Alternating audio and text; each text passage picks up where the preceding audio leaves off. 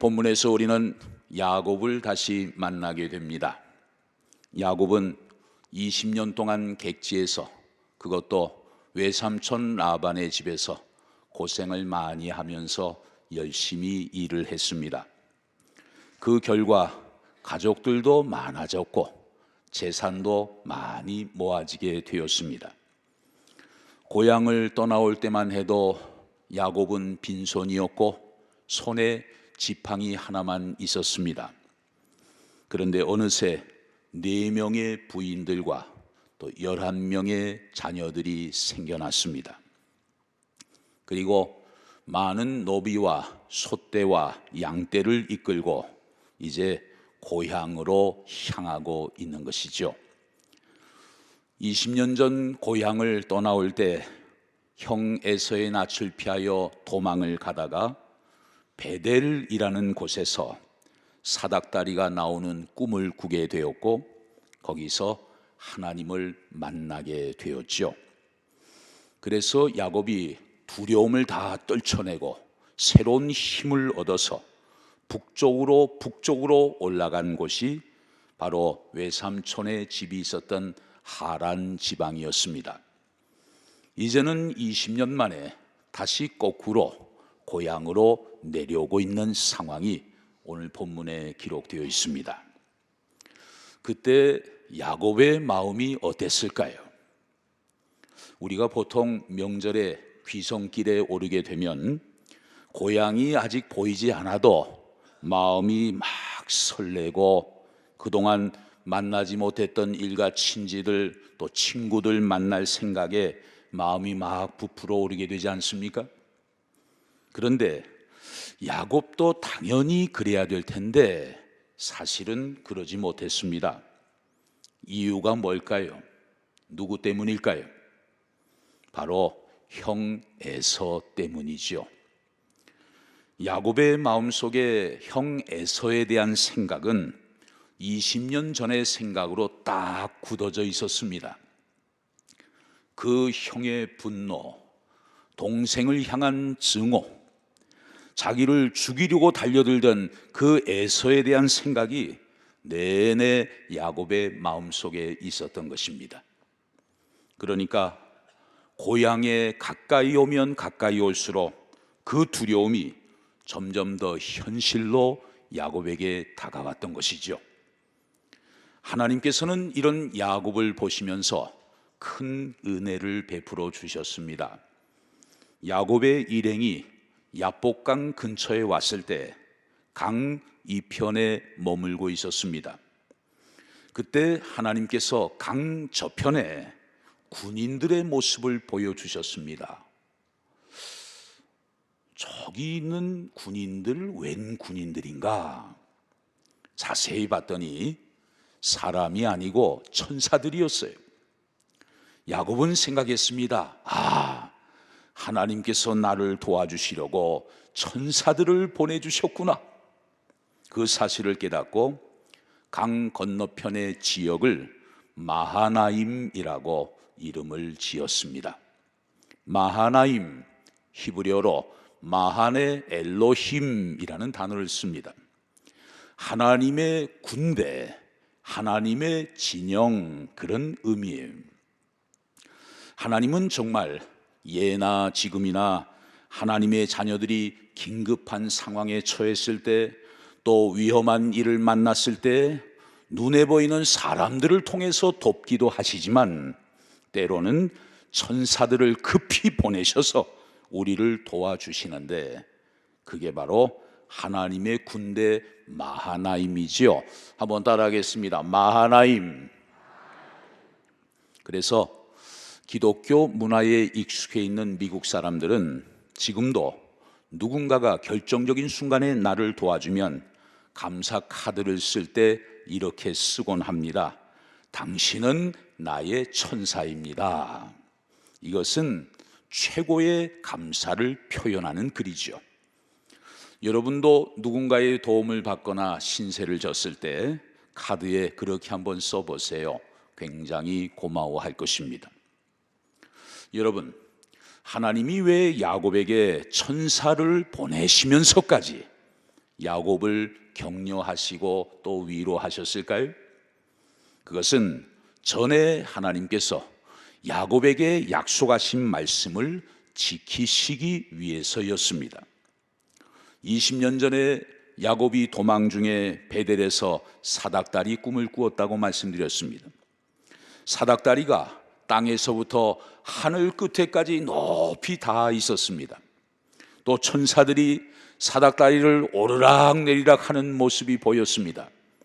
그때 하나님이 그 사닥다리의 제일 위에 서셔서 야곱에게 이런 말씀을 하셨습니다. 야곱아, 나는 너의 조부 아브라함의 하나님이고 이삭의 하나님이다. 내가 너와 함께할 것이다. 내가 너를 지켜줄 것이다. 너를 다시 이 땅으로 돌아오게 할 것이다. 내가 너를 떠나지 않을 것이다. 하나님은 그 약속을 지키시기 위해서 지금 불안해하고 있는 야곱의 눈을 열어주시고 마하나임 하나님의 군대의 모습을 보게 하셨습니다. 그래서 야곱이 불안한 마음을 다 떨쳐버리고 이제 마음의 평정을 찾게 된 것이죠. 그런데 야곱의 마음의 평안함은 오래 가지 못했습니다. 왜? 첩보가 하나 들려옵니다. 형 에서가 지금 야곱 쪽으로 오고 있다는 거예요. 그것도 몇 명 데리고 오는 것이 아니고 자그마치 남자 장정들 400명을 데리고 동행하고 오고 있다는 거예요. 그 소식을 들은 야곱의 반응이 어땠을까요? 오늘 본문 창세기 32장 7절 상반절에 보면 야곱이 심히 두렵고 답답하여. 여러분, 우리도 그렇죠. 예배를 통해 은혜를 받으면 밖에 나가서 무슨 일이든지 할 수 있을 것 같습니다. 그런데 며칠 지나고 또 현실 세계로 돌아오면 문제는 다시 크게만 보이고 나를 도와주시는 하나님은 너무 작게만 보이고 그래서 우리 마음이 막 쫄아들고 그러지 않습니까? 야곱의 마음속에 평안이 다 사라져 버렸어요. 아이고, 마하나임이고 뭐고 머릿속이 그만 하얗게 질려버리고 말았어요. 그래서 야곱은 그 특유의 인간적인 꾀가 또 발동하기 시작합니다. 야곱은 즉시 재산을 둘로 딱 나눕니다. 그리고 식솔들도 둘로 딱 나눴어요. 왜? 그 화난 형이 와서 사정없이 다 때려 부수고 나를 찾을 것이다. 둘로 나누어서 한쪽을 박살내는 동안에 다른 한쪽이라도 건져서 도망가야 하지 않겠는가? 이게 야곱의 인간적인 잔꾀였습니다. 그래서 두 부류를 먼저 강을 건너게 했어요. 자기도 함께 강을 건너가야 하는데 야곱은 겁이 많아졌습니다. 그래서 홀로 맨 뒤에 강가에 이제 남아있게 된 것이죠. 야곱은 심히 불안했습니다. 너무 두려웠습니다.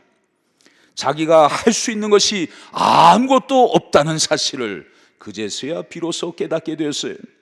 그래서 야곱이 하나님 앞에 기도할 수밖에 없었던 것이죠. 여러분 한번 머릿속으로 그 야곱에 있는 강가를 생각해 보십시오. 칠흑같이 어두운 강가입니다. 사방이 고요합니다. 지금 식구들도 없습니다. 야곱 주변에 야곱을 도와줄 수 있는 사람 아무도 없어요. 그런데 여러분, 이게 웬일입니까? 어디선가 한 사람이 나타났어요. 그리고 갑자기 야곱을 덮쳤습니다. 야곱이 얼마나 놀랐을까요? 가뜩이나 형 에서가 이쪽으로 오고 있다는 소식을 듣고 마음이 두려움에 가득 사로잡혀 있지 않습니까? 아마 처음에는 형 에서가 아닌가 생각했을지도 모르겠어요. 그래서 죽기 살기로 씨름을 하기 시작합니다. 어두우니까 캄캄하니까 상대방의 모습이 안 보였겠죠? 얼마나 이 씨름을 오래 했는지 어느덧 날이 밝아오고 있었습니다. 날이 새려고 하니까 상대방이 떠나려고 합니다.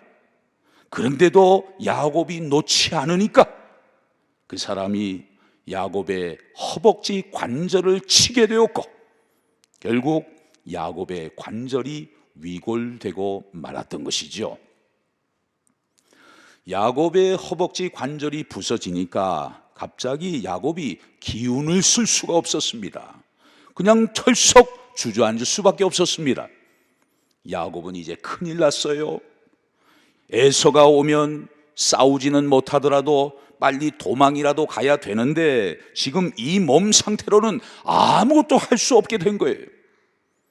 그런데 여러분, 놀라운 사실은 이 정도쯤 되면 상대방을 놔줄 법도 한데 야곱은 허벅지 관절이 위골되고 힘을 쓸 수 없는 상태에서도 여전히 상대방을 꽉 붙잡고 놓아주지 않았다는 거예요. 뼈가 위골이 되었는데도 불구하고 하나님을 놓치지 않았습니다. 끝까지 붙들고 있었던 것입니다. 여러분, 우리도 인생을 살다 보면 이런저런 어려운 일들을 많이 경험하게 되죠. 건강검진을 받다가 의사 선생님으로부터 갑자기 예상치 못한 결과를 통보받을 수도 있습니다. 또 살다 보면 생업에, 직장에 여러 가지 어려운 일들이 생길 수도 있습니다. 또 자녀들에게 이런저런 문제들이 발생할 수도 있어요. 나름대로 믿음 생활 잘 하려고 하는데 뜻하지 않은 불상사가 일어날 수도 있습니다. 사랑하는 가족이 갑자기 우리 곁을 훌훌 떠날 수도 있어요. 그럴 때 중요한 것이 무엇일까요? 야곱처럼 전능하신 하나님을 끝까지 놓치지 않는 것입니다. 야곱은 간청했습니다. 가시는 것은 좋은데요, 저를 축복해 주시고 가십시오. 저를 꼭 축복해 주시고 가십시오. 그랬더니 네 이름이 뭐냐? 그렇게 물었습니다. 뭔가 의미가 있는 질문 아니겠어요? 내 이름이 뭐냐? 그분이 몰라서 물으셨을까요? 아니죠. 네 이름이 뭐냐? 네가 지금까지 어떤 삶을 살아왔느냐? 자기를 돌아보게 하는 질문입니다. 내 이름이 뭐냐? 이 질문 앞에서 야곱은 대답합니다. 네, 저 야곱입니다. 제 이름은 야곱입니다. 그 대답 속에는 이런 뜻이 숨겨져 있습니다. 저 지금까지 남을 속이면서 살아왔습니다. 형이 받아야 할 축복을 가로채기 위해서 형을 속이고 아버지도 속였습니다. 그리고 처자식보다도 내 목숨이 소중해서 지금 강 건너 가족들을 먼저 보내고 비겁하게 나만 지금 홀로 여기에 남아 있습니다. 저 그런 놈입니다. 그리고 형이 한쪽을 치면 남은 한쪽만이라도 데리고 도망갈 생각으로 두 쪽으로 식솔들을 다 나누었습니다.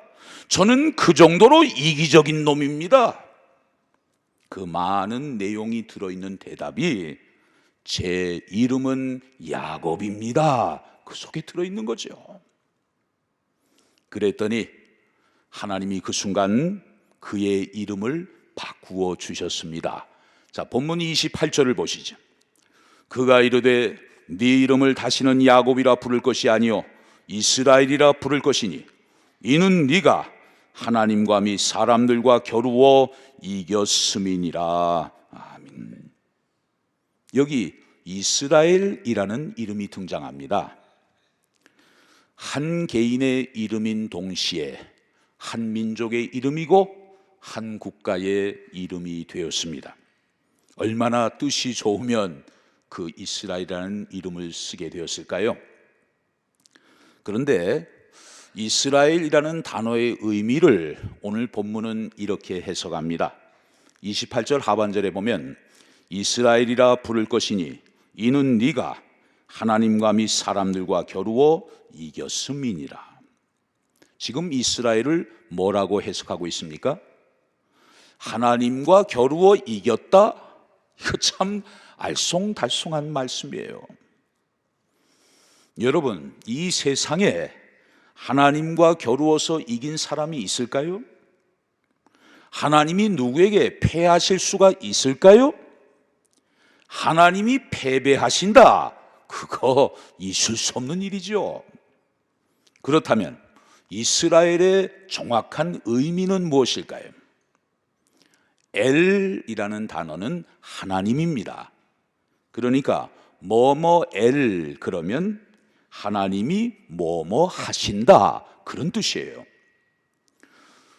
예를 들면 사무엘 그러면 하나님이 들으신다. 다니엘 그러면 하나님이 판단하신다. 나다나엘 그러면 하나님이 주신다. 다 똑같은 구조로 되어 있습니다. 이스라엘, 이 이스라, 이것은 다스린다, 통치한다, 혹은 이긴다, 그런 뜻을 갖고 있어요.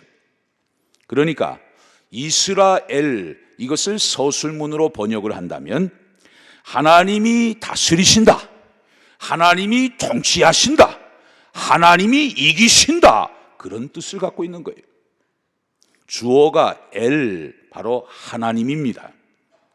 하나님이 이기시고 하나님이 다스리시고 하나님이 통치하신다, 이것이 이스라엘 원문의 뜻이에요.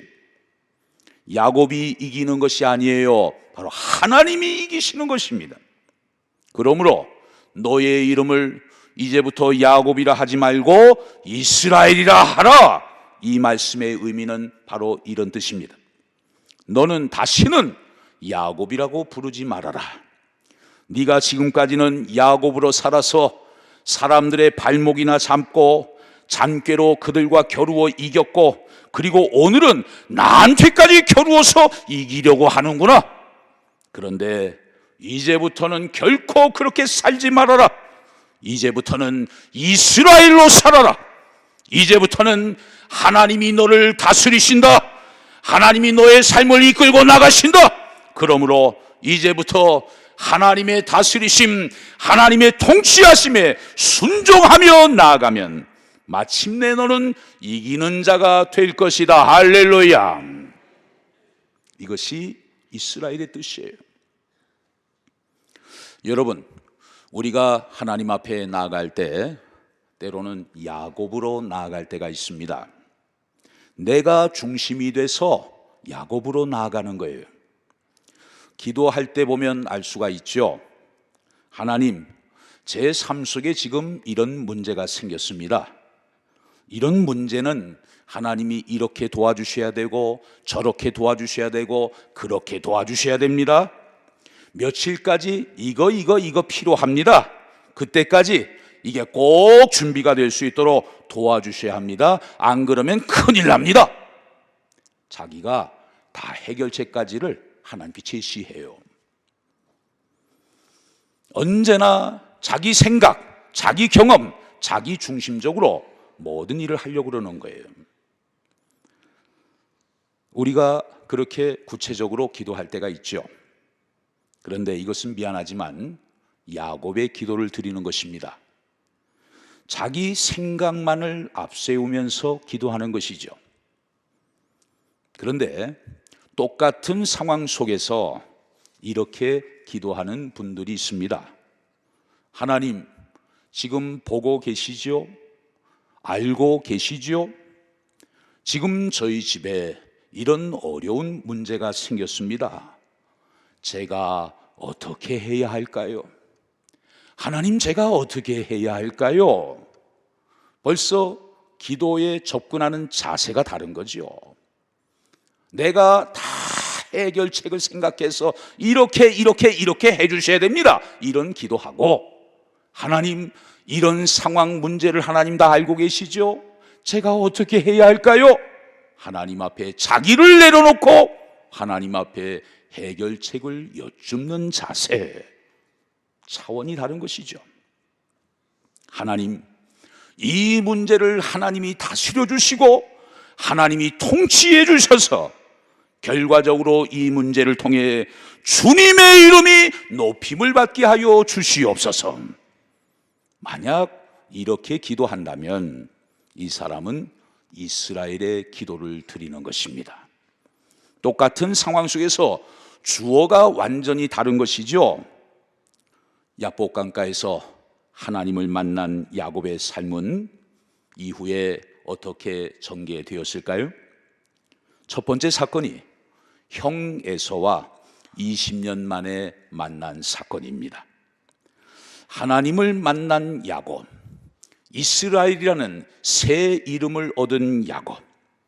비록 다리는 절고 있었지만 그의 심령 속에는 찬란한 아침 햇살이 환히 비추어지고 있었습니다. 그 눈부신 분이엘의 햇살을 받으면서 그는 이제 당당하게 앞으로 나아갔습니다. 그리고 저 멀리서 다가오고 있는 형 에서와 드디어 이제 마주치게 되죠. 어제 밤까지만 해도 야곱의 모습은 불안과 두려움으로 가득했었습니다. 그런데 더 이상 그 불안과 두려움은 야곱에게서 찾을 수가 없었어요. 어제까지만 해도 두려워서 식구들을 두 때, 세 때로 나누고 자신은 걱정이 돼서 강 이편에서 밤을 지새웠는데 오늘은 그런 비겁한 가장이 아니었습니다. 33장 3절 상반절에 보면 자기는 그들 앞에서 나아가되 어느새 야곱이 일행의 맨 앞에 와 서 있습니다. 자기 처자식들이 바로 뒤에 있고 그리고 가축과 재산이 그 뒤에 있어요.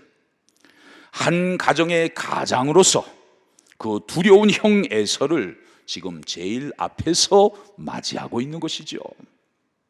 그때 야곱이 형 에서에게 인사한 말이 참 인상적입니다.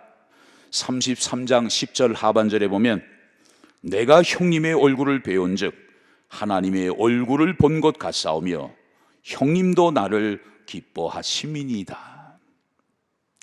형님의 얼굴을 보니까 하나님의 얼굴을 뵙는 것 같습니다. 야곱이 하나님을 만나고 나니까 그 눈이 바뀌어졌어요. 그래서 그렇게 원수처럼 보였던 사람이 이제는 친구처럼 보이고 이제는 하나님처럼 보인다고 고백을 하는 거죠. 놀라운 삶의 변화가 일어나게 된 것입니다. 하나님을 만나면 어떤 삶의 문제도 다 해결되는 줄로 믿습니다. 한번 따라하겠습니다. 하나님을 만나면 모든 것이 해결됩니다. 그렇게 믿으시면 아멘 하시기 바랍니다. 아멘님. 사랑하는 성도 여러분, 여러분에게도 야곱처럼 하나님을 만나는 은혜가 있게 되시기를 주의 이름으로 축복합니다. 오늘 본문의 야곱과 에서는 다 이미 세상을 떠나고 우리 곁에 없습니다. 그러나 그때 야곱과 에서를 만나게 하시고 변화시켜 주시고 화해시켜 주신 그 하나님은 오늘도 우리와 함께 계시는 줄로 믿습니다. 야곱처럼 끝까지 하나님을 놓치지 않고 무릎으로 하나님께 매달리며 나아가게 될 때 여러분에게도 야곱이 이스라엘로 변화되는 은혜가 반드시 임하게 될 줄로 믿습니다. 그래서 여러분의 가정과 삶의 자리에도 치유와 회복의 은혜를 날마다 경험하는 분이엘의 새 아침이 활짝 열리게 되시기를 주의 이름으로 간절히 축원합니다.